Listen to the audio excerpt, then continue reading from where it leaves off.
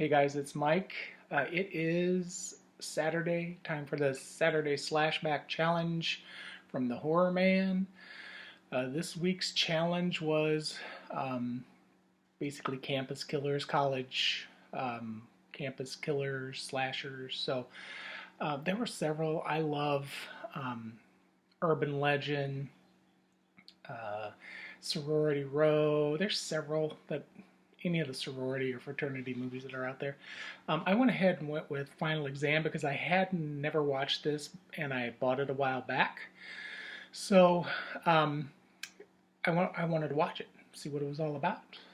This is a 1981 release, so I can't believe I haven't seen it because pretty much all the 80s slashers I have either seen, owned, or streamed at one time or another. So um, this movie was directed by Jimmy Houston. Um, it runs about an hour and a half. I want to say it's like 94 minutes. Yeah, 94 minutes. Um, I'm going to be quite honest with you. This is a slow burn. It takes a while. It starts out with a couple kills. Well, one kill that you see and then one that's implied. Um, and then it takes a while because there's a lot of characters in this movie, and you kind of get to know a lot about the characters before the killing actually starts. This movie stars people I never heard of and really haven't done much as far as acting goes since this movie. Cecile Baghdadi, I don't know. She played the lead girl, the final girl named Courtney.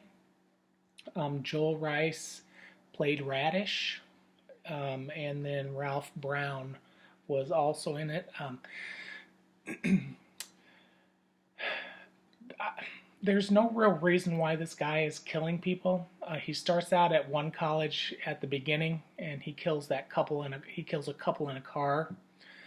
And then he moves on to the beautiful Lanier College, where they are getting ready for final exams. There's all kinds of shenanigans taking place because, the jocks are the jocks and the frat people are the frat people, and just lots of interesting little characters that are in this movie. Like I said, it's a slow burn. But once it gets started, the deaths are pretty good. Most of them, actually, you don't see like a lot of the killing part of it. You just see like a knife wielding, dark-haired guy. I mean, he doesn't wear a mask. He doesn't wear a hood. He doesn't wear anything. He's just in a pair of jeans and a shirt throughout the movie. So he starts out by killing a couple of the guys first. They tie this poor guy up to the tree this fraternity does, and leave him hanging there in his underwear for quite a while. The security guard comes by but doesn't cut him loose for some bizarre reason. And then finally, somebody does cut him loose, but it's not who he wants. He was hoping it was his girlfriend, but that, was not his girlfriend.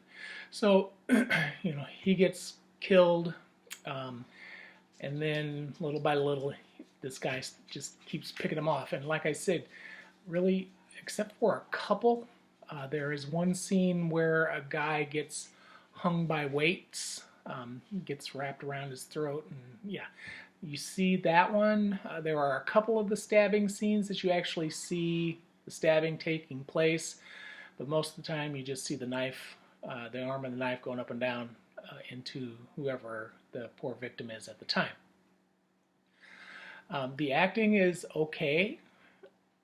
It was a bunch of non-actors, really. I mean, they may be actors. I don't know any of them, and I looked at a lot of their IMDb charts, and not much after this movie or before this movie. Some of them went on to be big producers and directors and things like that, but as far as acting, this was pretty much it for a lot of them. The girls are beautiful. The guys are very good looking, so it fits that 80s must-haves. Of course, there is the boob scene. You got to have that in an '80s classic movie. But it was tastefully done. It wasn't like they just ran around naked all the time. They could have done that because there were a lot of pretty girls in this movie. Um, the killer is creepy as hell. He never says a word, and he's fast and strong. So, 1 minute they think they're getting away, and the next minute an arm comes around somewhere and grabs them and kills them. So, um, our final girl at the end is pretty strong. She does a lot of screaming, which is to be expected in a slasher movie towards the end. But there's one scene in this movie where the frat, and of course you don't know it's a frat doing it at the time, but this van load of people in masks pull up onto the campus and start shooting rapid fire machine gun type weapons at these kids, and a couple guys go down. And these kids are in their class, and they're just saying, "What's going on out there?" Of course, had this taken place, this movie been filmed during these times, there would have been a lot more of a reaction, trust me. So, kind of creepy to see that college shooting scene in a movie. I don't know that movies would actually cross that line at this point in time. It was kind of an eerie feeling watching that. Having been a former school teacher, this school shootings weigh heavy on me, especially, well, any kid. I don't care if you're 30 or if you're 3. If you're a kid, you're a kid. If you're younger than me, you're a kid. So, yeah, I can really go higher than 30, but we won't talk about that. But so, yeah, college shootings, high school shooting, any of that. It weighs heavy. So watching this kind of wigged me out a little, just a little bit. But yeah, good movie. I would probably give it a B because it does take a while. I did lose some of my interest and piddled around a little bit on my computer while watching it. But yeah, that is my Slashback Saturday Challenge entry. Once again, the movie is Final Exam. You can get it on most eBay, Amazon. I got this cheap. I know it can be expensive depending on where you order it, but I got it at a decent price. It was under 15 bucks. So, all right, guys, that is it. Hope you all are having a great Saturday. Talk to you soon. Bye.